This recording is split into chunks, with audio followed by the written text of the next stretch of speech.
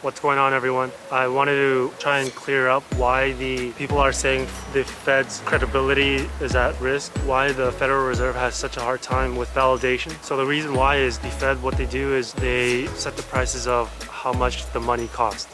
Right? What this means is that if anybody borrows money, there's a certain cost to borrow that money, right? It's not free. What they do is price that, but at a deeper level, what they do is try and command and control, I would say, broader economic decisions, but global outcome. And so what this means is that they drive up and down the prices of interest rate to better manage, let's say, turbulence. The issue that we're having now is that there are now being limitations, right? Not only limitations, a lot of, shall we say, threats, right? Like war. An example of limitation, it would be inflation, because when you have an expansion of, let's say, a money supply, the cost of money will go down. And if the cost of money goes down, the borrowing and spending generally we've seen has gone up. When that happens, the demand for goods rises, but the supply currently, it seems more fixed than demand, right? You can't quite change the supply. And because a more fixed supply and the rising demand, what will happen is more people will want to buy stuff that are limited. And obviously what happens then is the price goes up. I think for a lot of people, if I use this example, they'll understand. If you know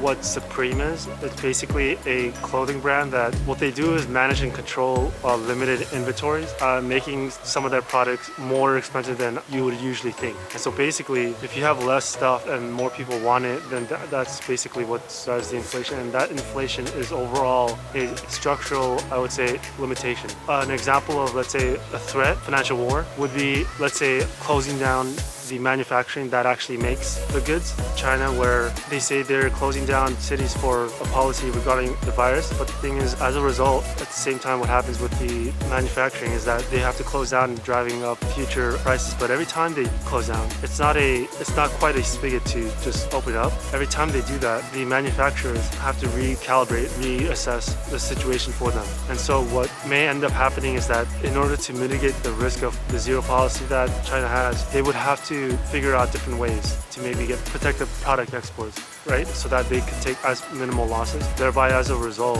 I think a lot of the American demand, the companies, they're already going to be smarter when importing, because obviously, as we saw with the current bullwhip effect, they had much more supply than they thought they needed. You know, this is the issue, is that without that current, let's say, flow that stays more constant than not when it comes to supply, what we'll see is constant fluctuations. And so that if there's constant fluctuations in, let's say, supply, the Federal Reserve and the US government decide on helping a lot more people through stimulus, there will be a fluctuation of supply, but there will be a constant upward tick of demand.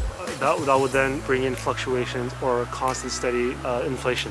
Right? Now, there are people that see some of these things differently regarding inflation, so that's something that will be a discussion at the time. But regarding Fed credibility, these are examples of a structural problem or a limitation and a threat. When they're trying to do something, there's a threat that comes and ruins them, right? And so for a lot of people that don't know, in 2018, there was a time, just like this past November right now, where the Fed said they were going to do something, which is be a little bit more tough and provide less cheap money. A lot of people, let's say, believed them at that time, right? Believed that the Fed was going to do what they said. What ended up happening, the markets couldn't handle rising rates, which basically means they were making the dollar basically all around more expensive. What happened is that the repo markets had a meltdown. And what ended up happening is that the Fed pivoted. And this is where the so-called Fed pivot, the Powell pivot name came from. So the mentality is going in, okay, they're believing Powell, they're believing the Fed. But after that pivot, now you have a split. Now you have people that, in general, I would say more skeptical, don't believe him, but they're going to listen. Fast forward to that November, the time that the Powell said he's going to raise interest rates and clamp down on basically cheap money. What ended up happening is there was a group of people believed Powell and said he's going to raise rates. Then there was people that totally didn't believe him and said structurally this is not possible, this can't happen. What ended up happening is that they did raise rates. A lot of the markets came down, right? And a bunch of fund managers and all of these pension people, they got trapped. But basically, now there's people that see he did end up raising rates, right? So what ended up happening is that there's people that didn't believe him, that he was going to do what he said, but he did do that. Then there's people who believed what he said he was going to do and then really believe that totally. Okay, so let me do this again. And so now the psychology is that you have people that believe in way too much. They put so much weight on his word. There are other people that a variation degree of of believe him, don't believe him, and all that stuff. So now the psychology is all mumble jumbled in my eyes, because now let's say the markets, something's wrong, or the Fed has to pivot. I think in general, people agree that if the markets somewhere break down, they have to pivot. But then what the conversation now might be is that whether that thing breaks is enough. And this is the general issue with surrounding the Fed credibility and what's resulted from it. I think that because they kept having the idea that inflation was going to be transitory, they feel that in a lot of ways they have to do stuff that will make people believe them again. An example of why this is important, in order to manage expectations better, they need to stick to what they said. As you can see with the markets right now, they're playing chicken with the Fed, right? They believe him, they don't believe him, and say if the Fed wanted to or had hope that they would have achieved their goal of bringing down inflation sooner, maybe it was held off because the markets didn't believe him, right? There's a lot of these things where it would have helped the Fed for things to go their way, however, but then now the markets are not totally go along with it, right? They don't believe the Fed can continue on. It's not that the people don't believe that the Fed will go until it breaks, but it's again with the limitations to this, the things that they can do with this. I think going forward, because the Fed credibility is not only just for domestic importances, the Fed for the world, because we are on a dollar system and that's global. Their credibility is important globally, not just for America, right? And for Americans. And so you have to see, I think, through it a lens of not more American stuff, but more global dollar system lens, right? And so will the Fed gain credibility or maintain credibility? I think going forward from here, regardless if they achieve their objective, the credibility I don't think is there, and I'm not quite sure if it'll stay there. I think from now on, Fed credibility goes lower and lower, but that's because it appears that the Fed itself maybe become less and less important. Right? It seems that a lot of the times the bond market will do all of that, the tightening. And so then at the end of the day, people are wondering, why the Fed is needed. And that's, the Fed importance from there, I think, continues to go down. One element that is very interesting when it comes to the Fed and Fed credibility is the people in the Fed, right? Jerome Powell's position, right? We actually don't know if this is a little bit conspiracy, but we don't know if anybody finishes their full term. You just never know that, right? Let's say other people were in charge, for example Raynard, maybe things will look a little bit different. There's a lot of people that think that it was better to just, the inflation is going to do what it's going to do, and to muscle through it would have been a better solution. A lot of people think that. And obviously the reason why they think this is because the impact was going to come anyway. And if it was going to come anyway, the impact of job loss can be mitigated until later or something, But it appears that the damage is done and that the effects of a lot of this especially will be coming soon. We should begin to see it in the winter. And by next spring, it's going to be daily news, I think,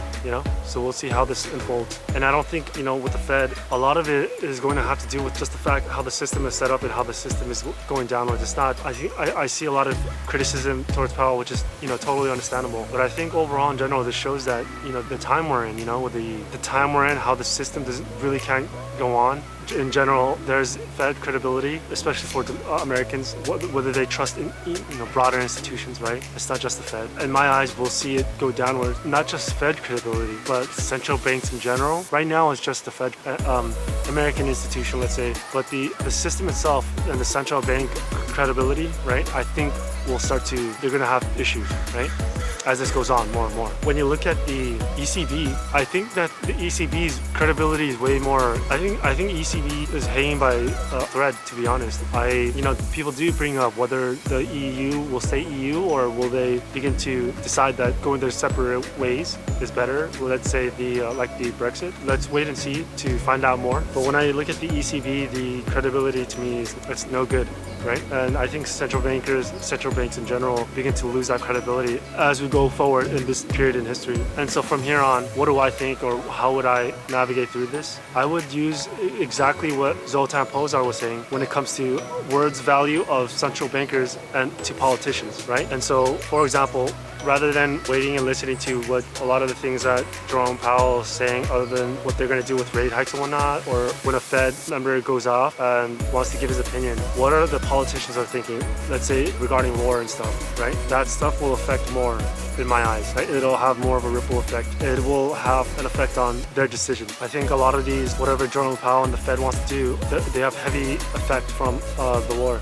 This period is going to be very interesting because maybe I'll do a separate video on the war, But we are now going into crunch time, and there will be maybe a lull, right? A lull because there's the winter. It was in February of this year when Russia was really making the moves. And so as we get into this winter, we have to really keep our eye on that February time period. That's when movement will be easier for that region when it comes to mobilization of war. We're gonna have to keep an eye on what maybe politicians might do and what they're saying and the feel of it to see what's actually really going on. We'll see exactly what happens, but we need to keep an eye on what happens. And so that's it for the video, guys, in regarding helping understand Fed credibility, what it exactly means, and what it exactly means for the future. Hopefully this helps a lot of the newer people understand what's going on. But until next time, I'll see you later.